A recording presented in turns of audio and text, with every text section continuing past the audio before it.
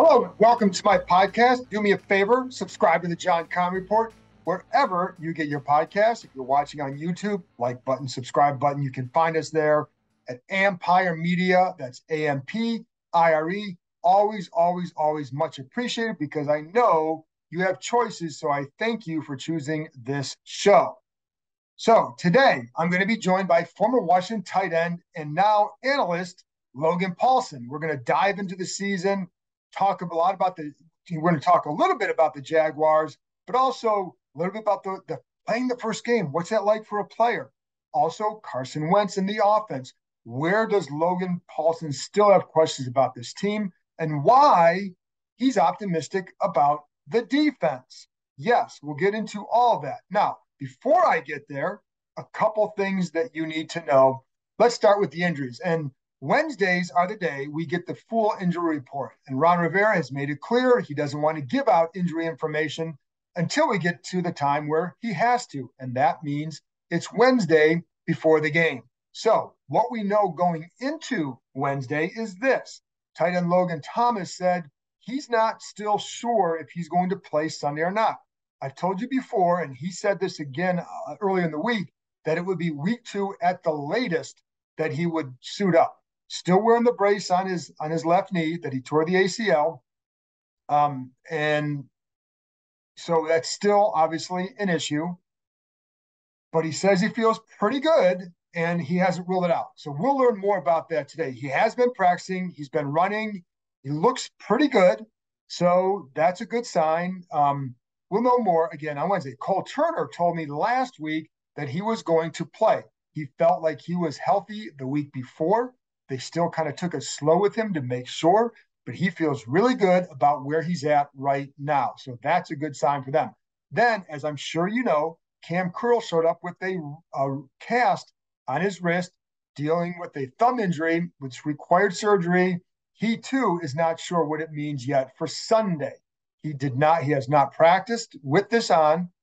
We've seen guys practice with the protective padding on a cast. It's not a big cast, only a little bit on the wrist. A lot of it has to do with the incisions in the thumb healing. But when we were out there on Monday, he wasn't practicing. He was in uniform with the stretching, but he was not practicing. When he was there last week, his arm was in a sling to stabilize, obviously, the wrist, etc. So we'll know more about him on Wednesday and then throughout the week. Then the unofficial depth chart came out on Tuesday, and on there, Dax Milne was listed as the number 1 kick and punt returner. No surprise there. I think Antonio Gibson will be used there on occasion, maybe not when he's the full-time back, but when Brian Robinson comes back. And then also watch for Jahan Dotson at times to get some reps as a punt returner. And as I've told you before, the way they would do this is if there's a situation where they want or need a big return, let's say the Jaguars are kicking from their own end zone and the punter maybe has a tendency to line drive a punt. I don't know if that's the case, but let's say it is. Then they may stick Dotson back there, hoping that he could turn that into that situation into a potential home run type play. Otherwise, it'll be Dax Milne. Finally, and then at right guard, Trey Turner was listed as the number 1 right guard. Well, Turner hasn't practiced in that role since the first day or two of camp. Even since he's come back, that has not been where he's practiced. Wes Schweitzer has been that guy. So we'll see how that plays out as well. I think it'd be a good thing for Washington if Turner is healthy. I don't know, we haven't seen him on the field with this team, or in a game. But it does give them depth because it puts Schweitzer as a backup, but Schweitzer would be ready to go if something happens to Turner. So there you go. Now, a couple programming notes. My son, Matthew, is doing a video on YouTube called Inside the Hashes, where he does 5 minutes on the top college game of the week, makes a prediction. Also going to talk about some under the radar type games that you need to know about with a mini prediction, and then taking a few predictions on other games as well. So a quick 5-minute video that will be worth your time. Then don't forget the All's Cap podcast, hosted by Steve Wino and former Washington Capital Carl Alsner. Another good one, hockey season also is right around the corner. So give that a listen too.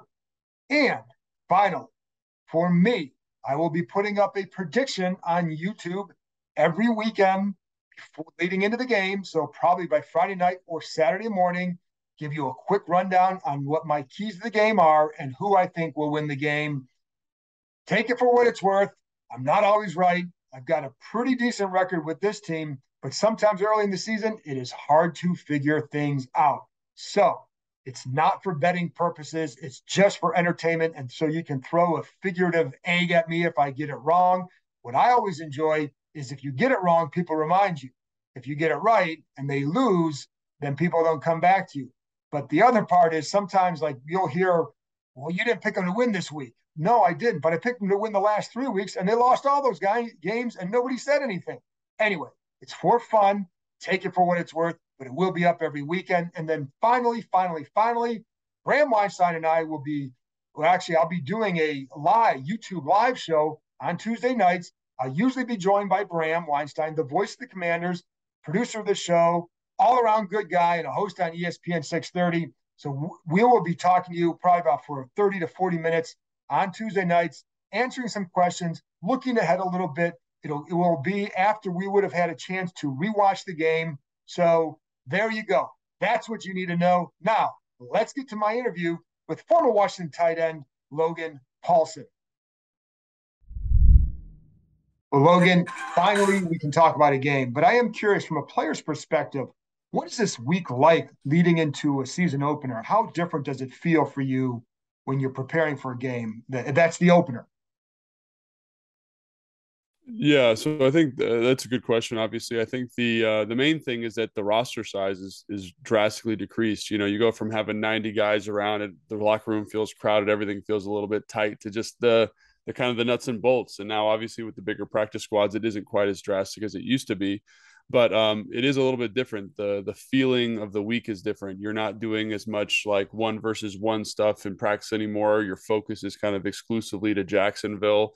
You've started watching film. Your preparation, the meeting now feels more purposeful. Obviously, training camp is purposeful in that you're installing and learning an offense, but now it's you're sharpening the sword a little bit, right? Everything's kind of pointing towards what Jacksonville does, what do they do on first and second down, what are our runs, what do we like, what are the looks they like to present.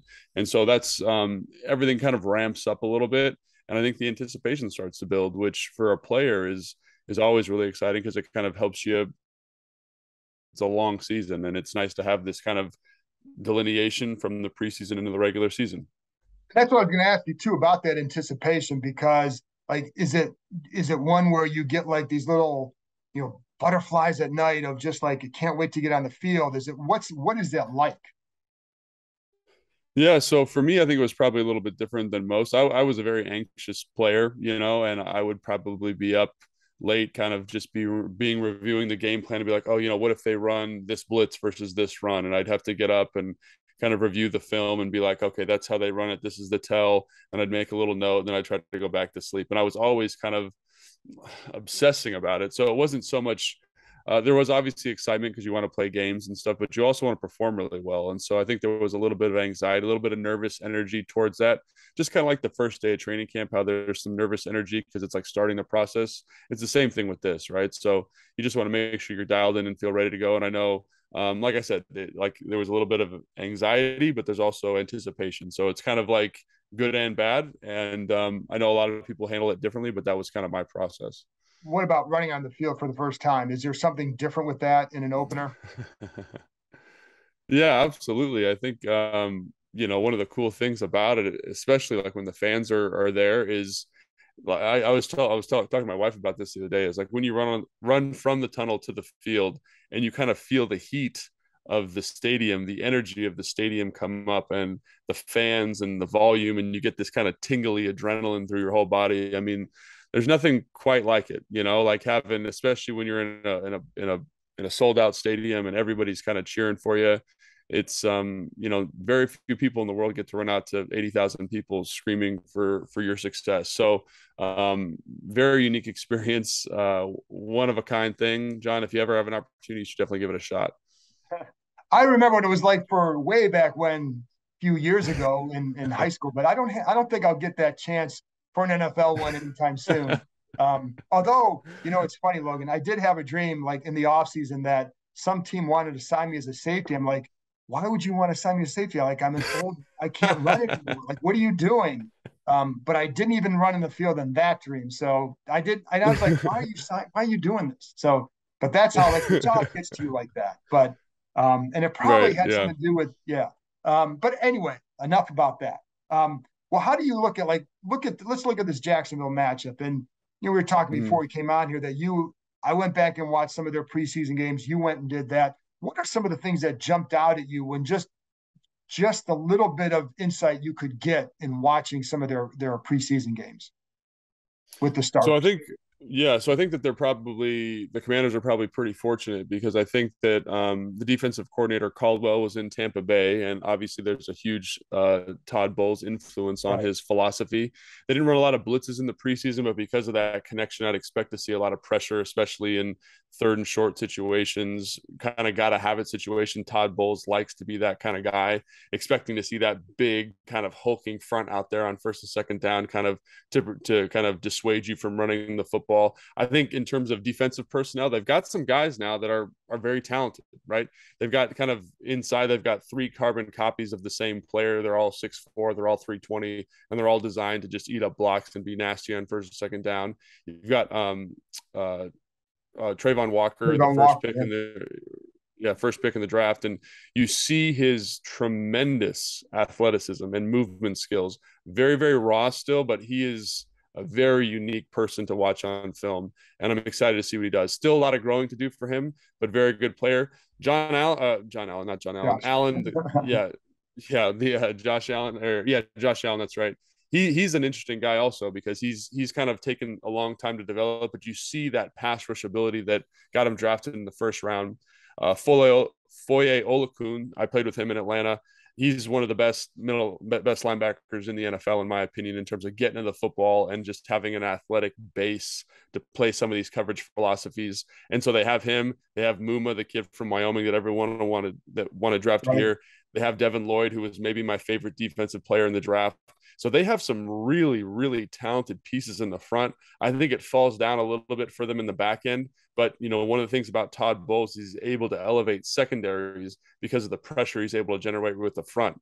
And then that's just on first and second down. Once you get into the nickel situations, one thing that really jumps out to me is they have great depth and a lot of guys who are maybe not the biggest or strongest guys, but guys who have very, very solid pass rush ability. So they get in these third and long situations and they trot out essentially 4 defensive ends, and all those guys can win. So their ability to create pressure with the front 4 was pretty exciting. Again, they're playing Pittsburgh, and their offensive line over the last 2 years has been much maligned and probably a group that could do with some improvement.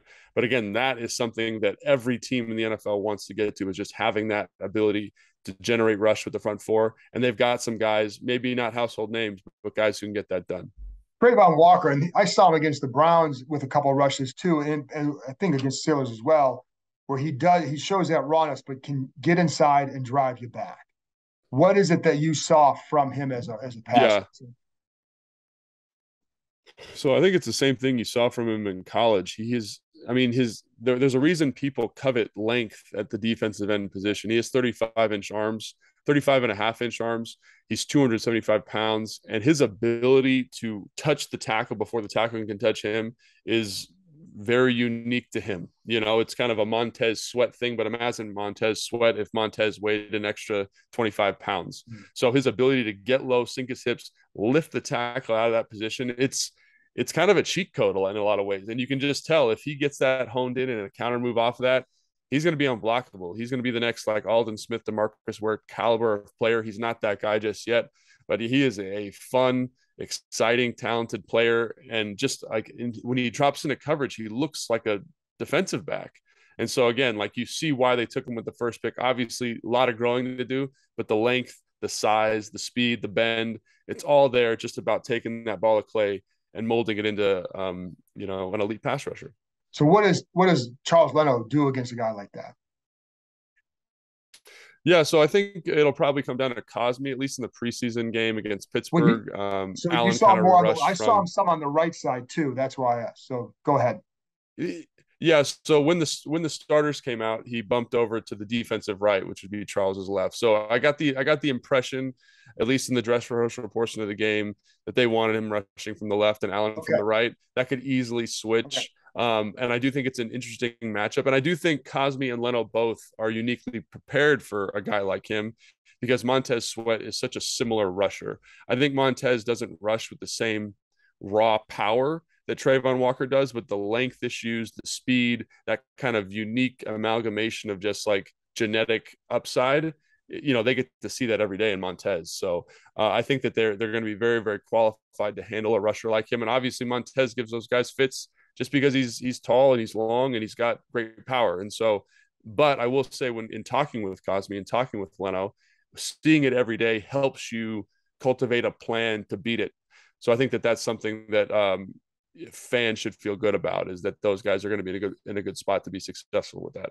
And it's funny because like with Cosme, his first game last year was against Bosa with the Chargers, but Bosa rushes with a plan. And so I think he had a hard time with somebody who rushes with a plan. Whereas if you're not rushing with a plan and it's just, does it make it easier on a guy just because or because you're not sure if he's setting you up or anything? Does it make it easier or is it a little bit harder because you're not sure what this guy's going to try? Right. So, like I coach some pass rushers in the offseason who are in the Right. NFL, and like I watch a lot of pass rushers as a result. And Joey Bosa is so fun to watch because he has every single move in his arsenal, and he understands when to apply those moves, the right situations, the right players to apply them to. So, in terms of comparing pass rushers, to me, Joey Bosa's in terms of just being a clinician is top three in the NFL. And like he is such a unique talent. So for Cosme to be coming in against that in his first preseason game or his first NFL start, excuse me, he was behind the eight ball 100%. This is going to be drastically different. Now Cosme has that skill set, has those tools that Bosa had last year going against him, and Trayvon Walker is the raw piece of clay that he's going against, right? So I think that's the advantage here is definitely towards Cosme. He's seen NFL rushers. He knows what they do. And Trayvon Walker just doesn't have that same level of polish and planning to him. And so if you can block the bull rush, I think you're going to be in a good spot. And Cosme's shown an ability to do that. Now, Trayvon Walker's is unique, but I don't think it's unique enough to give Cosme fits. And so I think the thing where Trayvon Walker is going to really stand out early on in his career is off of these ET and TE stunts where the ends and tackles are switching rushers, because he runs those with a violent physicality that is going to be very, very fun to watch. And I think those guys definitely need to be on the same page, or someone's going to get an earful of a helmet, and that's not going to feel very good. So looking at their offense, what'd you learn about their offense from the little glimpses in the preseason? Right. Obviously, it's somewhat limited. They're holding stuff Right. close to the vest. I think the offense, in terms of the shot plays they want to do, formationally what they want to do, like they don't do a good job of marrying, at least in the preseason, their running formations to their passing formations. So there's a pretty distinct delineation there. Shot plays are very similar to what Washington runs, which I think favors Washington in the communication and the type of defense that they run. So that's very encouraging. And I think the thing that really jumped out to me was two things. One was just how talented, absolutely talented Trevor Lawrence is. Yeah. I mean, he is a special football player. His arm talent, his ability to move in the pocket. You can tell he's got a little bit of Carson Wentz to his game with inaccuracy issues. The ball will sail on him a little bit, but man, he is a special football player if he can get it all figured out. The other thing that stuck out to me is just how inconsistent their offensive tackles are, Yep. specifically Robinson and Jawan, I think is his name. So both of those guys on the edge, they're very talented athletes, you can tell, but very inconsistent in how they set and their pass protection philosophy, which is a great juxtaposition to the interior of that group, which is very, very solid and consistent and created consistent movement in the run game. And you see why Brandon Sheriff's one of the best guards in the NFL. So, yeah, I think that those are the things that really stuck out to me about their offense. Yeah, I guess the other thing, if we're just talking things that stick out to you, is they've totally overhauled their skill position group.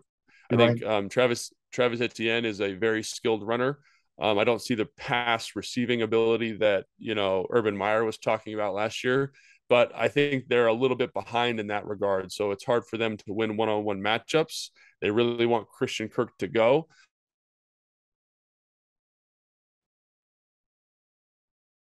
I don't think he's quite that elite like slot player Right. that when comparing him to like Hunter Renfrow, for example. So I think it's going to be some tight windows for Trevor Lawrence. He's shown an ability to make some of those throws, and man, he's a special football player.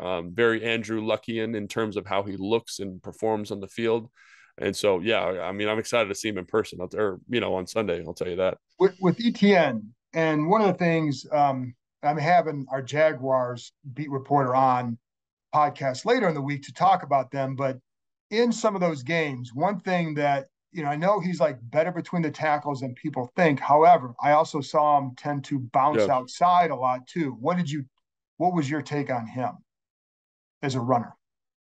Yeah, so I was actually impressed. I think he's a first round running back. He's obviously very talented. Yeah. I didn't see kind of the top end explosion just because I don't think the opportunity was there. But the thing that did stick out to me is that Phil Rauscher, he was here for a long time. Yes. He's the offensive line coach there.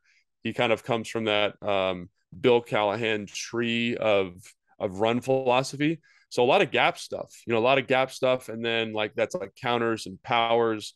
And then the perimeter stuff is kind of those like down blocks by the receivers, and you pull Right. the offensive line. Very, very technical, and so as a result, Travis is running a lot inside the tackles, and I thought he did a really nice job with those opportunities in terms of creating something out of limited space or finding the correct space. And I was also really blown away by just how effectively that O-line did, in terms of blocking those up.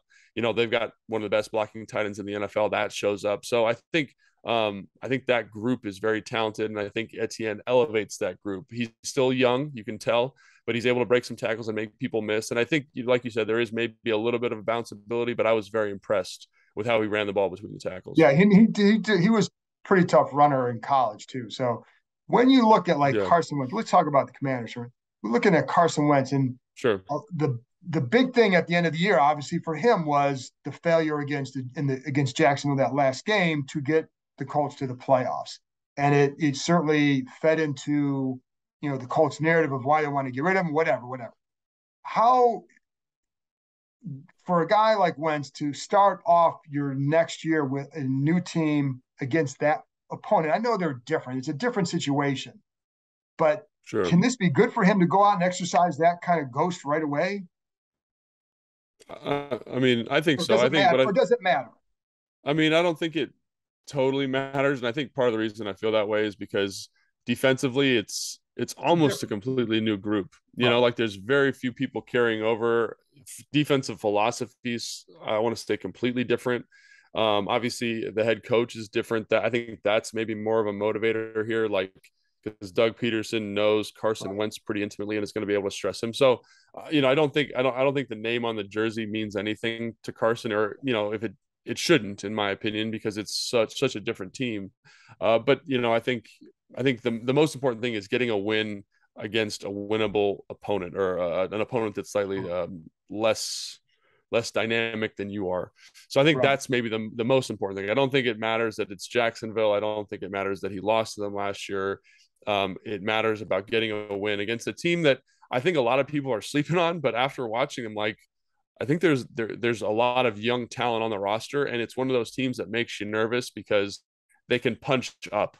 Having a guy like Trevor Lawrence on the roster and his arm talent, having a defense that's fast and physical and young like that, it makes you nervous that they could kind of get into a turnover. They could, maybe hit a deep pass for a touchdown, and then all of a sudden they're kind of in the ball game. So, a game that I think a lot of fans are chalking up as a for sure win.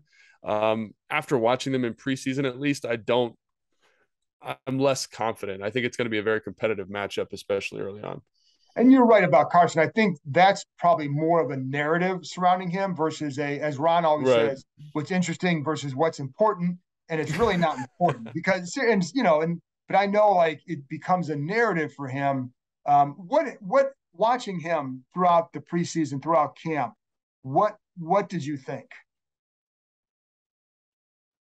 Of Carson, Yes. I think Carson is, we've talked about him a lot over the course of the last 2 months, and I think I think he's a solid football player, but solid football players need to be insulated by personnel. They need to be insulated by play calling, and they need to be insulated by good defense. And I think that's the thing about Carson that is kind of somewhat unnerving. I think at the moment is he's got the talent, he's got the intellect. It's just it doesn't always connect, and then as a result of that lack of connection, you need to make sure that other things on the roster are supporting him. So I think that's what we kind of glean from his time in Indianapolis. I think that's what we glean from his time during mini camp and training camp. And so I think now it's about seeing what the plan is to keep him insulated uh, by Scott Turner, by the defense, and can they kind of put him in the best position to be successful? Because he's not a guy who can just kind of go out there and win football games on his own. He needs some type of support system. And I think the support system here is at the moment unproven because they haven't played any games yet. And that's right. And I like the potential of this offense with all that. But one thing too, we haven't seen what they're going to do. And we'd hear like, right. Oh, we're not going to do anything until you guys aren't able to watch us, meaning, the media. How much do you think they've already put in? Like, because again, they're not showing us a lot in practice. And we were able to watch every practice up until a week ago. So what's the process of installing what they're going to do in the season? Like, are they going through it during walkthroughs and then install it and running, doing it live when we're not there? What would that process be like? Right. So I think, everyone is pretty familiar with the installation process. Like they kind of go through their 10 days of install and then your offense is in. But each week you tweak that 10-day install to kind of fit your opponent, right? You kind of say versus West slot. So two tight ends to the right attached versus two slot receivers to the left. They line up in this very specific way. So what concepts can we run to take advantage of that? And how can we formation to get our best people in the best position to be successful? And that's when you start game planning, right? You look for tells and consistencies within the defense, things that people kind of like tendencies, like the defensive coordinator on third down, he likes to run this blitz. So what do we call here to put ourselves in the best situation to be successful? It's still coming from the 10-day install, but formationally, personnel wise, maybe even some timing things are kind of tweaked to fit the opponent for that week. And that stuff's all going to be going in now, right? And so I think when fans say, oh, like, well, why didn't they practice the stuff they're going to run? They were practicing the stuff they're going to run. They're just not practicing exactly how they're going to run it against Jacksonville. And then when they're playing they're playing Detroit the following week, there'll be a couple tweaks there too. And so you got to like kind of learn. It's not learning a new offense because the offense is in place, but it's learning how this offense will be executed against Detroit. And I think that's kind of where they're at now. And it'll be interesting to see what they end up coming out with, because like you said, we haven't been able to watch that with any kind of regularity. Are you like, I think the fact that Curtis Samuel gets through camp healthy is a big deal for them because of the versatility he has. What do you think about what he can do and the impact? Not that he's going to be their best player, but just I think his presence provides an impact. How much can he help? And I mean, do you agree with that? Yeah, so I think there's a couple things to look at there. One is, especially with the injury to Brian Robinson, his excuse me, his role becomes a lot more significant because you can line him up as a running back, right? And I'm not saying that's the only way he should be utilized, but he's also this type of player that I think is very unique in that they create mismatch issues. They create personnel conundrums for the defense. And so even though he might not have 1,000 yards receiving this year, if he's deployed effectively, he can put you in the best situation for Carson to kind of read and understand what the defense is doing. He can give you tells. He can give you easy completions. He can get you extra yards in terms of yards after catch on screens and short dump off routes. He can be an excellent slot receiver. So I think that's where his value is, right? In terms of if Scott Turner knows how to utilize that chess piece, it can kind of help tip the defense's hand. And if the defense's hand is tipped, it allows Carson to play, a tenth of a second faster. And that is super, super relevant to having a successful season for Carson Wentz. Is that by motion, alignment, both? Yeah, motion, alignment, both. Personnel, it gives you some flexibility. Like you can, like we've talked about before, you could be in essentially four wide receivers with JD in the backfield.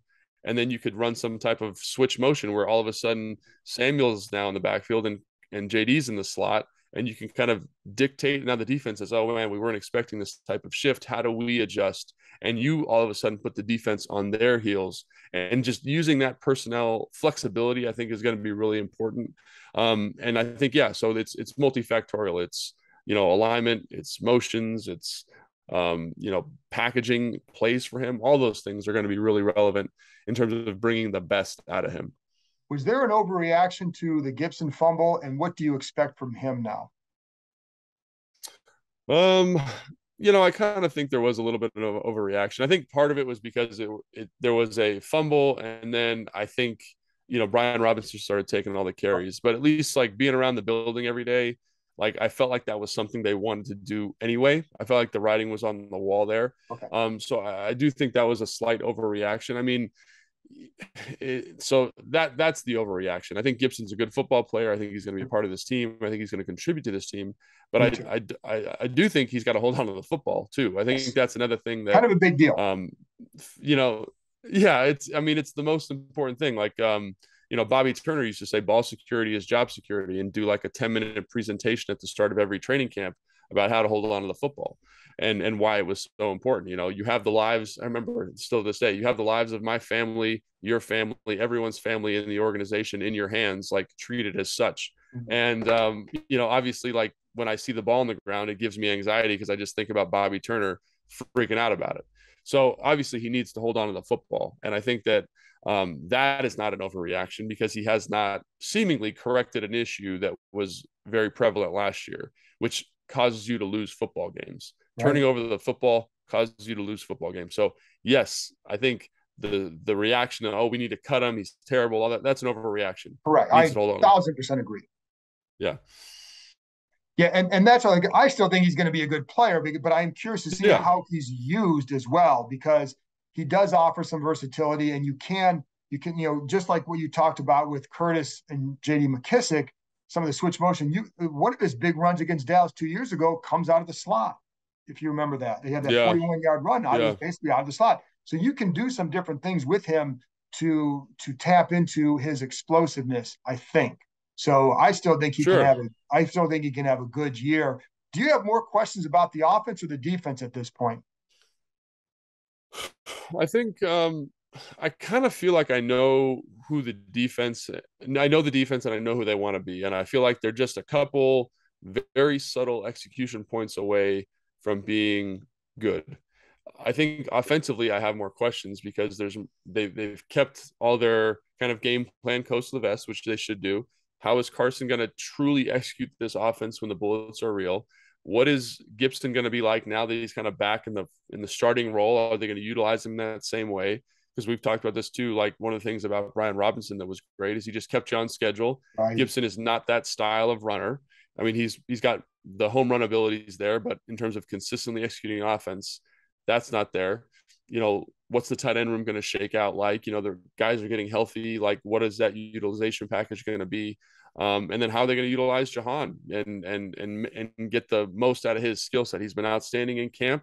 Yes. I want to see that against real defenses. So I think that's the thing that kind of sticks out to me. I just feel like there's more questions within the context of the offense. I think the defense is closer than people think, and I think they're playing better than people think. And I think as a result, like, I'm less concerned about that group, and I'm more concerned about the offense and the direction that's going to go. So that's interesting to me, because I wondered, still have some questions about them. So what is it that you saw that says that about the defense, and how they're closer and playing better? Yeah, so I think the thing that stuck out to me probably most dramatically was in the back end. And it was just like, last year through camp, through the preseason, there were free runners all over the place. Yes. Guys just running wide open, and obvious mental mistakes. And that issue seems to be to be corrected. And so if you look at the kind of trajectory of last season, they struggled early on because they had coverage busts, right? And once those coverage busts started to decrease, which I kind of look as the New Orleans game as the delineation of that, or the marker of that, they started playing better. So I think they've kind of carried the second half of that season into this offseason. I think Curl, McCain, all those guys are communicating and playing at a very high level. And that just gives me confidence that they're going to continue to do that. And when I watched them against Kansas City, they did a really fantastic job of matching concepts. And I think fans failed to understand in that Kansas City game, Kansas City, that offense has been together for a while, and they run routes to beat coverages. And I think I've talked to you about this, but like they run a scissors concept. So Right. post by number one, corner by number two. And the way the coverage is designed, the way it is on paper, they have that concept covered. But instead of running a corner, Travis Kelce says, "Oh, I see it's quarters. I'm just going to sit down." And that's not at any coach. No coach told him to do that. He's just playing street ball, get open by the mailbox. And that's what makes him and Patrick Mahomes so special. But I say, yeah, right. And so that I think that so when you look at that, you say like, "Oh, that's a bust. That should have been a completed pass." I look at it the other way. It said they matched the concept correctly, and then they're playing outside of the concept. I'm talking about Kansas City, and that's why it's completed. So against a lesser team, against a lesser connection in terms of chemistry, like that's going to be an incomplete pass or an interception. And so I look at that, and then I look at how well Kendall Fuller played in that game. It was good. And so to me, I think the issue is more on the rush at the moment and just making sure you're doing your job and you're staying home and you're keeping the quarterback in the pocket, which is going to be an issue against Jacksonville. But again, like that to me is the bigger question mark at the moment. Can those guys just be disciplined down in and down out and allow the coverage to be put in a good situation and be successful? So that's why I'm encouraged, because I think the rush stuff is easily fixed. They've got a new defensive line coach, over the last 10 days. So can they get those guys right? I've heard about Ryan Kerrigan's impact on the room already. That's just going to get better as we go. So I feel like they're in a better spot. I'm sorry. I heard that he's just been a true, like as he was a professional football player who went to multiple Pro Bowls. That's how he's been as a coach. Detail oriented, getting guys ready, providing nuanced insight on pass rush. And like, that's what you expect from a guy like that. He's been that way his entire life, every single day that I've known him. So it's great to see that that's just continued to his coaching career. I'll be honest. I've been shocked that they haven't had a guy like that in that room helping to coach, because it's pass rushing is a unique skill. And I think it's whether you have the veteran pass rusher to help with them or a coach who has that. So that can be a big help to those, like a guy like Sweat, right? Right. I think 100%. I think, and especially because they're kind of similar rushers, and people say, "What do you mean they're similar rushers?" They both use, like Ryan Kerrigan had like one move, and it was the long arm, and he perfected it, and he understood how to set it up so that he could hit that ball out of the park. And so now taking a guy who's done it at a high level for a long time and saying, "Hey, Montez, these are some things that I used to do to set this move up and make sure it was effective." Like that's invaluable. And Montez has said as much, you know what I mean? Like he told me in one of the sideline interviews, it's just been great to have him around, because he knows, like he's done that move, Ryan, I'm talking about, probably thousands, tens of thousands of times. And so now to be able to apply all of that data to Montez, I think is extremely valuable. And it's the same move. They run the same move. So I think it's great. It's going to really help Montez out, I think. Couple more minutes. Expectations for the season for this group, for the team. Yeah, I think it's tough because, like I said, one of my bigger questions is on the offensive side of the football. I think the defense will be fine. I think they'll probably finish in the top 15. Nothing crazy, but you don't need crazy good defenses to be good in the NFL. You need crazy good offenses. And I think if this offense can, you need a way to, you just need to be competitive on defense, which I think they will be. And I think the offense is the thing that carries you. Like that's NFL football in 2022. And can this offense do that? I think that remains to be seen. I think the pieces are there, like we've talked about. You've got a new quarterback. The offensive line's playing well. Can they become a top 10 offense? Because if they can, they're going to be a pretty dang good football team. And I think they'll be a for sure 10-win team. The question is, if the offense struggles, if they flounder, if they're not doing a good job, if they're not taking care of the football, it could easily be 5 wins. And I know that sounds like a huge range, but that's the level of variance you get from a guy like Carson, right? It's his up is very up, his down is very down. And so where does it fall in between there? Do you look at this as almost like, how important, last question, how important is it for them to get off it's always important to get off to a good start. But when it's year 3 of a program and you are opening up with, there's no easy wins in the NFL, but you are opening up with 2 teams Right. who's coming off a tough year. How important is this for this team to get off to a good start this year? It might be a silly question, but I think it's very important. I mean, it's important, and it's important because the expectation is that these teams are powder puffs and they should crush them. But I don't, like you said, there's no easy wins. And like we've talked about Jacksonville's evolution over this offseason, I bet you Detroit's a better football team this year. Right. They need to win these 2 games, but they're not going to be easy. So I think that is, and I think the other reason it's important they win is because the fan expectation Right. is that they win. And so that to me is another reason why they become really important, because if they lose, then the fans and the whole community, the media, everyone loses their minds. How many times have we seen, John, you've been in the NFL for forever. How many times have you seen a team start slow, turn around week 3, and then they look like, they win 10 games Correct. of the last 15, right? Or they win their first 2 and then go 3 and they go, 4 and 12 or something like that. Yeah. Seen that too. Absolutely. And that's part of why this is like kind of is it important? Yes, but it's more important from like a perception standpoint. And, maybe they lose some close games here early on, but it teaches them something about themselves, and they go beat Philly and they go beat Dallas. And then do I really care that much about these 2 games? Not really. You know what I mean? Like it becomes less important. This Rivera's teams seem to get better, but they also can start slow. Is the coaching staff sometimes slow to adjust, or what do you think is the reason for that? I think part of it is just their off-season process. I think a little bit too, like it doesn't lend itself necessarily to starting fast. Like, um, when you're not running the stuff you're planning on running early on in the season from a blitz standpoint. Like I did that video breakdown with Ron last week, and he was talking about how Montez Sweat lined up 2 feet too wide and how it made the blitz late.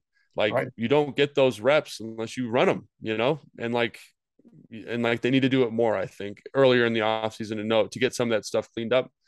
But that's not to say they're going to start slow, but I think that's some of the reason as to why potentially they do start slow. Logan, you're the best. Let people know where they can find you. I know it's not on Twitter, but so let them know. Yeah, you can find me on Instagram, Logan_Paulsen82. Post a lot of my content on there. And then obviously I have the Take Command podcast, which, is a lot of these very similar conversations to what John and I have on here. So if you want more of that content, great. And then I also do the stuff with Julie on NBC Sports Washington. So please check that out, or check out the YouTube channel for that stuff. All over the place, and always, always great insight. Logan, thank you very much. Thanks, Sean. Appreciate it, man.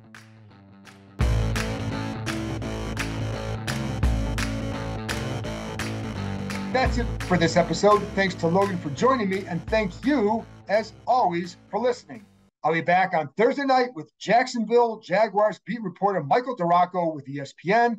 We're going to dive more into the game and get you ready for the first game of the season. Talk to you next time.